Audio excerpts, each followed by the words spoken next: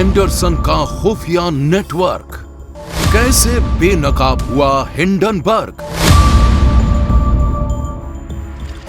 सबसे बड़ी तहकीकात का सीक्रेट मिशन, अदानी का ऑपरेशन ज़ेपलिन। जिस हिंडनबर्ग ने अदानी समूह पर झूठे आरोप लगाए, जिसने साजिश रचकर शॉर्ट सेलिंग के जरिए मोटा मुनाफा कमाया, उस हिंडनबर्ग पर आखिर कैसे ताला लग गया? कैसे हिंडनबर्ग रिसर्च फर्म के मालिक नेथन एंडरसन बेनकाब हुआ? इसका जवाब है ऑपरेशन ज़ेपलिन।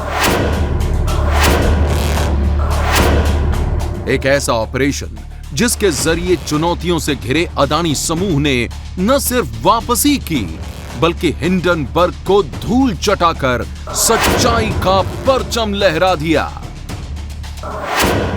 इस ऑपरेशन के तहत हिंडनबर्ग जैसी एक संस्थान के भीतर घुस के और अंदर की सारी खबरें बाहर निकाल कर उसको एक्सपोज कर ये पूरी जो ऑपरेशन हुआ है, जिसकी बदौलत ये कह सकते हैं कि पूरा हिंडनबर्ग ऑर्गेनाइजेशन बंद करना पड़ा, क्योंकि वो एक्सपोज हो चुका था।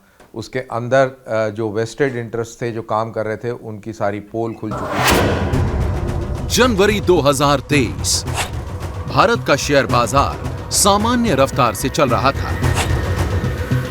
तभी अमेरिकी शॉर्ट सेलर फर्म हिंडनबर्ग की रिसर्च की रिपोर्ट का बम गिरा।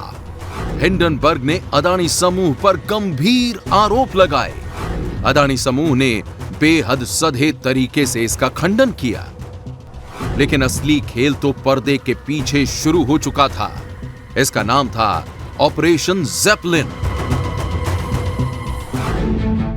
ऑपरेशन ज़ेपलिन कोई साधारण कॉर्पोरेट जवाब नहीं था। यह एक जासूसी थ्रिलर की तरह था, जिसमें गुप्त दस्तावेज, एनक्रिप्टेड चैट्स और अंतरराष्ट्रीय खुफिया एजेंसियों का जाल शामिल था। ऑपरेशन ज़ेपलिन में हिंडनबर्ग रिसर्च के न्यूयॉर्क ऑफिस और उसके फाउंडर नेथन नेट एंडरसन पर नजर रखी गई। ऐसे वकील, पत्रकार, हेज फंड, पावर ब्रोकर, नेता और अफसरों का पता लगाया गया, जिसका कनेक्शन हिंडनबर्ग और चीन से था। ऑपरेशन ज़ेपलिन से दुनिया भर के कई बड़े वकील जुड़े हुए थे, जिन्होंने हिंडनबर्ग के दावों की बारीकी से जांच शुरू कर दी। लेकिन इसमें बड़ी भूमिका निभाई इजराइल और उसकी ताकतवर खुफिया एजेंसी मोसाद ने। दरअसल हिंडनबर्ग की रिपोर्ट की टाइमिंग हाइफा पोर्ट डील से जुड़ी हुई थी।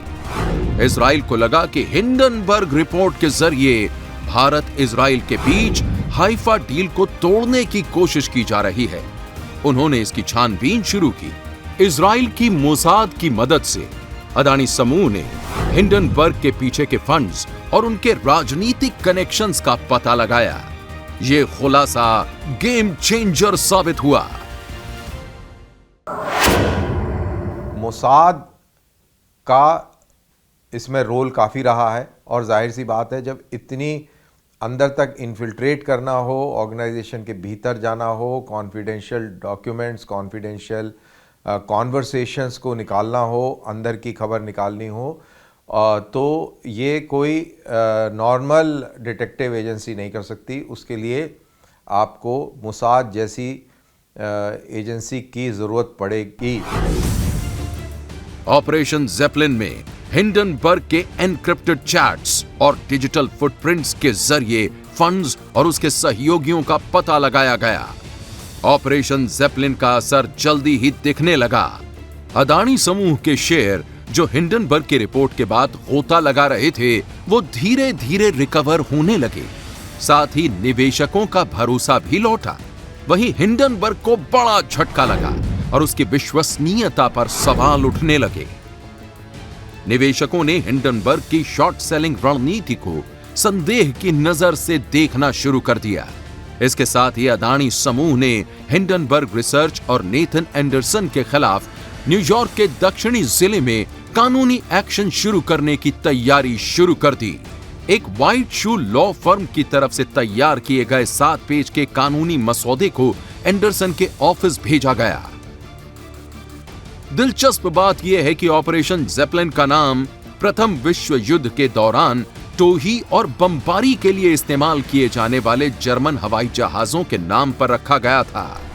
ऑपरेशन ज़ेपेलिन कॉरपोरेट इतिहास में एक अनोखी मिसाल है। यह न सिर्फ एक कंपनी की अपने खिलाफ हमले से लड़ने की कहानी है, बल्कि यह भी दिखाता है कि वैश्विक कारोबारी जंग में खुफिया रणनीतियां और अंतरराष्ट्रीय गठजोड़ कितने अहम हो सकते हैं।